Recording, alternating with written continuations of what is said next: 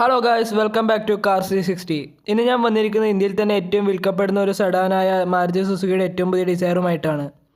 6.56 ലക്ഷം മുതൽ 9.39 ലക്ഷം വരെ എക്സ്ഷോറൂം വില വരുന്ന ഡിസയറിന് 9 വേരിയൻറ്റുകളാണുള്ളത്.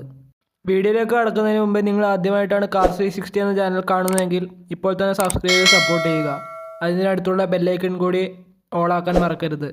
എന്നാൽ മാത്രമേ ഞാൻ അപ്ലോഡ് ചെയ്യുന്ന വീഡിയോസ് നിങ്ങൾക്ക് ലഭിക്കുകയുള്ളൂ. അപ്പോൾ ഒട്ടും വൈകിക്കാതെ നമുക്ക് റിവ്യൂയിലേക്ക് കടക്കാം. എഞ്ചിനിലേക്ക് വരുമ്പോൾ പഴയ സ്വിഫ്റ്റിൽ കണ്ടിട്ടുള്ള അതേ എഞ്ചിൻ തന്നെയാണ് ഡിസയറിനും വന്നിട്ടുള്ളത്. 1200cc 4 സിലിണ്ടർ ഡ്യുവൽ ജെറ്റ് എഞ്ചിനാണ് ഇതിനും.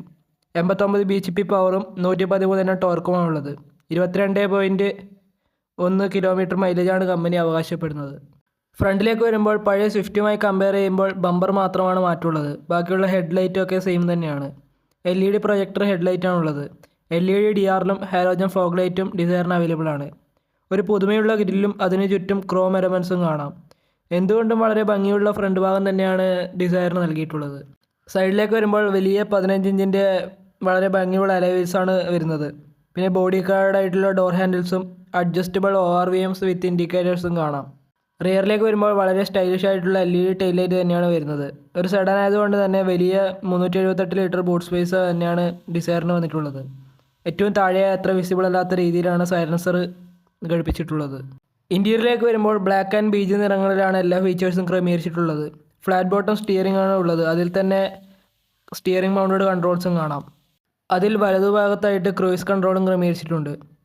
അതിന് പിന്നിലായി വളരെ ഭംഗിയുള്ള സ്വിഫ്റ്റിനൊക്കെ കണ്ടുവന്നിട്ടുള്ള അതേപോലുള്ള ആനലോഗ് സ്പീഡോമീറ്ററും ഡിജിറ്റൽ ഇൻഫർമേഷനുമാണ് അതിൽ ക്രമീകരിച്ചിട്ടുള്ളത്. പിന്നെ 7 ഇഞ്ചിൻ്റെ വലിയ ടച്ച് സ്ക്രീനും നടുവിലേക്ക് കാണാം. അതിന് താഴെയായി ഓട്ടോമാറ്റിക് ക്ലൈമറ്റ് കൺട്രോളും ക്രമീകരിച്ചിട്ടുണ്ട്. എല്ലാ ഫീച്ചേഴ്സും വളരെ ഭംഗിയിൽ തന്നെയാണ് സുസുക്കി ഡിസയറിൽ നൽകിയിട്ടുള്ളതെന്ന് വേണം പറയാൻ. അതുകൊണ്ട് തന്നെ വളരെ ലുക്ക് തോന്നിക്കുന്ന ഒരു ഇൻറ്റീരിയർ തന്നെയാണ് ഇതിന്. റിയർ സീറ്റിലേക്ക് വരുമ്പോൾ വളരെ പൊതിഞ്ഞ് പിടിക്കുന്ന പോലുള്ള അത്രയും സുഖമുള്ള സീറ്റ് തന്നെയാണ് ഡിസയറിൽ കൊണ്ടുവന്നിട്ടുള്ളത്. അതിൽ 2 അഡ്ജസ്റ്റബിൾ ഹെഡ് റെസ്റ്റും ഹാൻഡ് റെസ്റ്റ് വിത്ത് കപ്പ് ഹോൾഡറും കാണാം.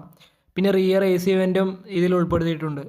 അപ്പോൾ എൻ്റെ അഭിപ്രായത്തിൽ വളരെ മികച്ചൊരു യാത്രാസുഖവും നല്ല സ്റ്റൈലിഷ് ആയിട്ടുള്ള വണ്ടിയും വേണമെന്ന് ആഗ്രഹിക്കുന്നവർക്ക് ഡിസയർ തന്നെ നല്ലൊരു ചോയ്സ് തന്നെയാണ്.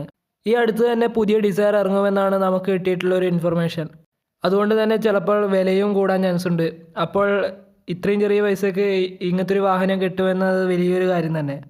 അപ്പോൾ എടുക്കാൻ താല്പര്യമുള്ളവർ വേഗം പോയി എടുക്കാൻ നോക്കുക. അപ്പോൾ വീഡിയോ ഇഷ്ടമായവരൊക്കെ ലൈക്ക് ചെയ്യാനും സബ്സ്ക്രൈബ് ചെയ്ത് സപ്പോർട്ട് ചെയ്യാനും മറക്കരുത്. അപ്പോൾ അടുത്ത വീഡിയോയുമായി വരുന്നവരെ സ്റ്റേ ട്യൂൺഡ്.